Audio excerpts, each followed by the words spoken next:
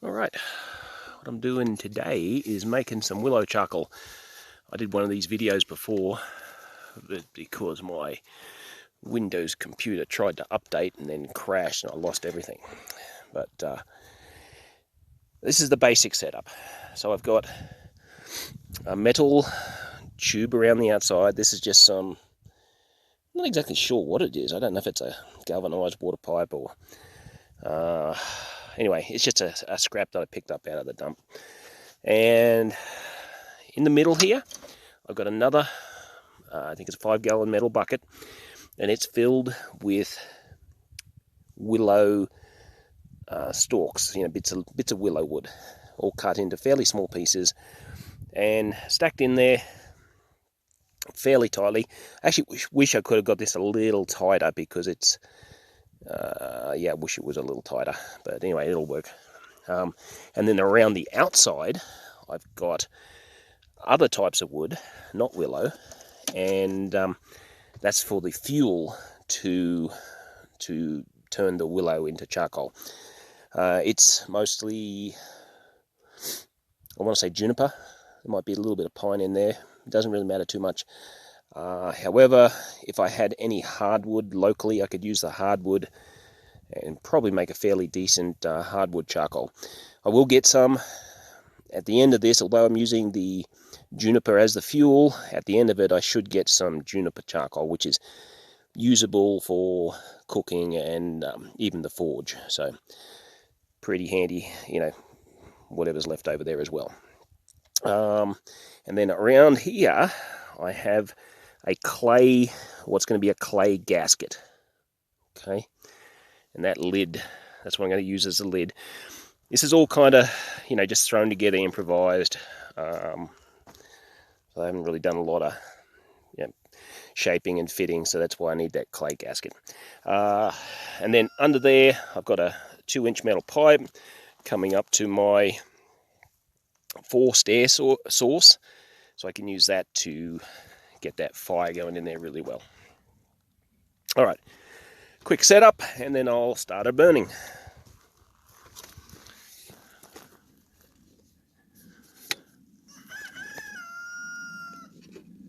Okay.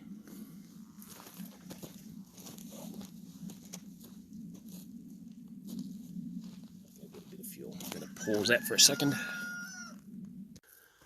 All right, so I'm going to fit probably the most important thing to do in this is making sure you have a fairly airtight seal. That's why the clay's there. Push that down, and I'll run around with my finger real quick, just see if that clay gets nice and sealed in there. And once it gets started, if I see any smoky areas coming out from under the lid, I'll just reseal them up with a bit of clay. Okay, so now get a match in there.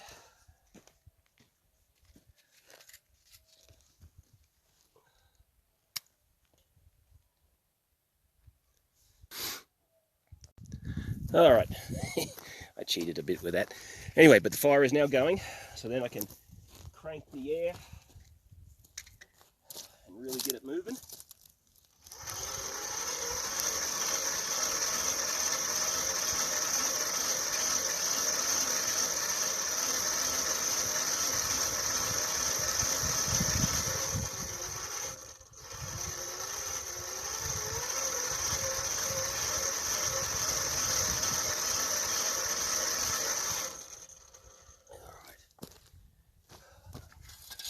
And there's a kind of like a hole in the ground where I put that pipe in. I'm going to start filling that up as well.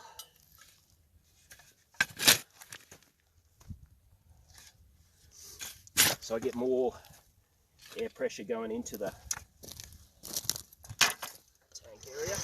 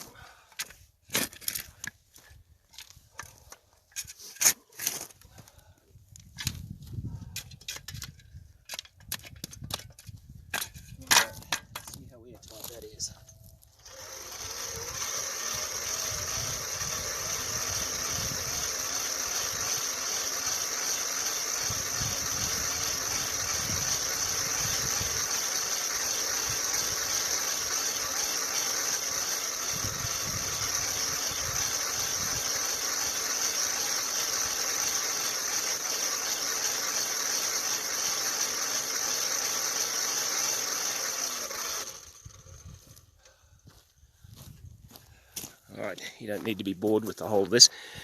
I'm going to keep doing that, get that fire really going inside, and I'll show you when the actual smoke really starts to cook off.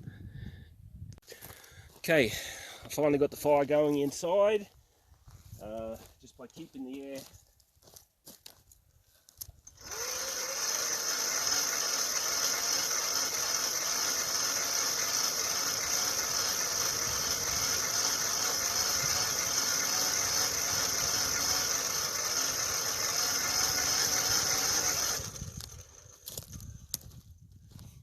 Alright, so I'm going to keep that air up,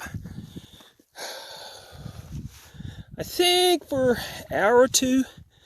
Anyway, when it starts, see, it's got a heavy, thick white smoke at the moment. When it starts coming out a lot clearer, I'm getting close, and I should feel a lot of heat around the outside of the cooker. Couple of advantages to this that I forgot to mention before. It's much more efficient for me to do it this way. The way I used to do it, I just get a coffee can, put it on top of a propane stove, and I would just keep that propane stove going until what was inside the coffee can was turned to charcoal. This is, one, it makes a lot more. Two, propane's got a lot more expensive, and it also saves on firewood. I tried doing this with firewood in an open area, and I just used too much firewood for a little tiny bit of charcoal. So this is much more efficient, and it is much safer in that I've got a contained fire inside that metal tube, and that's going to prevent sparks and all sorts of stuff from creating an unwanted fire. So, and the other thing I wanted to show is I'm lazy, my knees hurt, and I'm going to use an electric blower to finish this off. So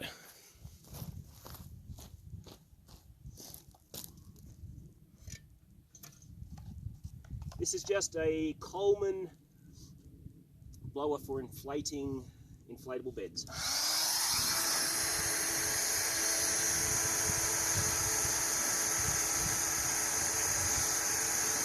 And I do have a little bit of a leak under the lid. I'll get that patched up, and it should be good to go.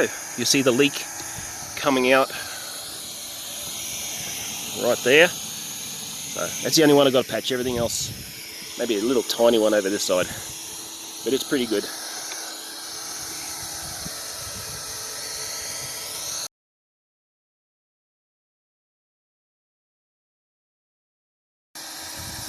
Okay, it's been running for about half an hour now. Still fairly thick smoke coming out, but I've noticed it's definitely starting to lighten up just a little bit.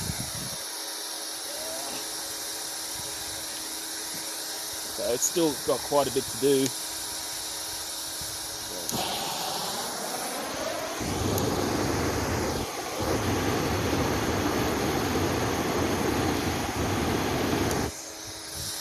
Yeah, if I use the blowtorch as a bit of an igniter, it burns a lot cleaner. So that might be something for later too, if I wanted to improve on this. Something else, well, what I'm doing here, it's kind of similar that if I was making a wood gasifier, you know, like to run an engine or to cook with.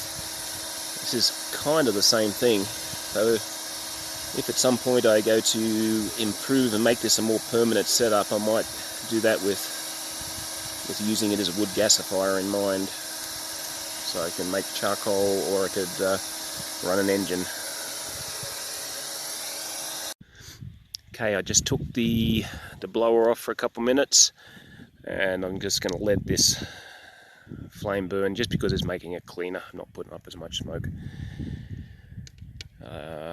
This is probably the way that flame's burning. This is probably to the state where I could use that gas to actually run an internal combustion motor. So that's pretty cool. Got a bit of a leak under the lid, not too bad. Nothing that's going to cause me any problems. Yeah. Oh, a lot of heat coming off that pipe there, the container. So it's about where it needs to be. All right, the smoke now is clear, maybe a bluish tinge to it. So I think it's nearly done, but I'm going to give it another half hour. And I've been at it now for about 3/4 of an hour. I'm going to give it another half hour, and then I'll close it off so that it's completely airtight. So I've got a little metal thing on the ground here. I'm going to put that over top, and that'll make it almost completely airtight, and then it should just it should go out, and it should, you know, the actual flame should go out, and as it cools, then I'll be able to pull off the lid and retrieve my charcoal. Okay, so it's completely clear now. There's no smoke, and it's actually, you can actually see the flame inside, so it's actually burning up inside. So I think I've got it to as far as I can get it, and so I'm just going to put this metal thing on the top.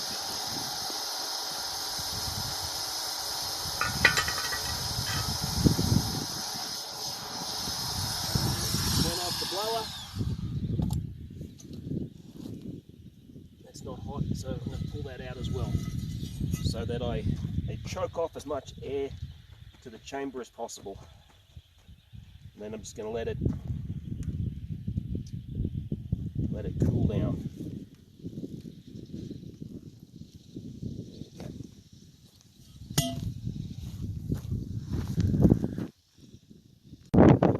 Alright, just trying to finish off this video. It's really windy again. It tends to ruin a lot of my videos. But real quick, I'm going to pull the top off this. It's been sitting for probably 5 hours, so it's had a chance to cool down. If it does flare up with, you know, when the charcoal starts to start glowing again, I will throw some cold water on it. But it should be okay, and we'll see how the willow charcoal is and see what else I've got in there.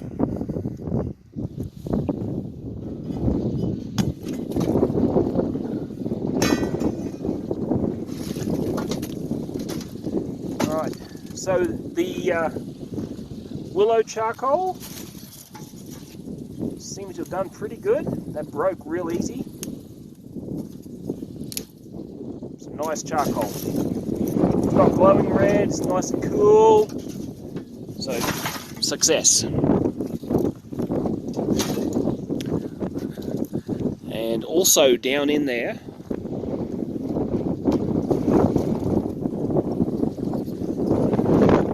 I don't have much, less than I hoped for, but anyway, there is some just plain old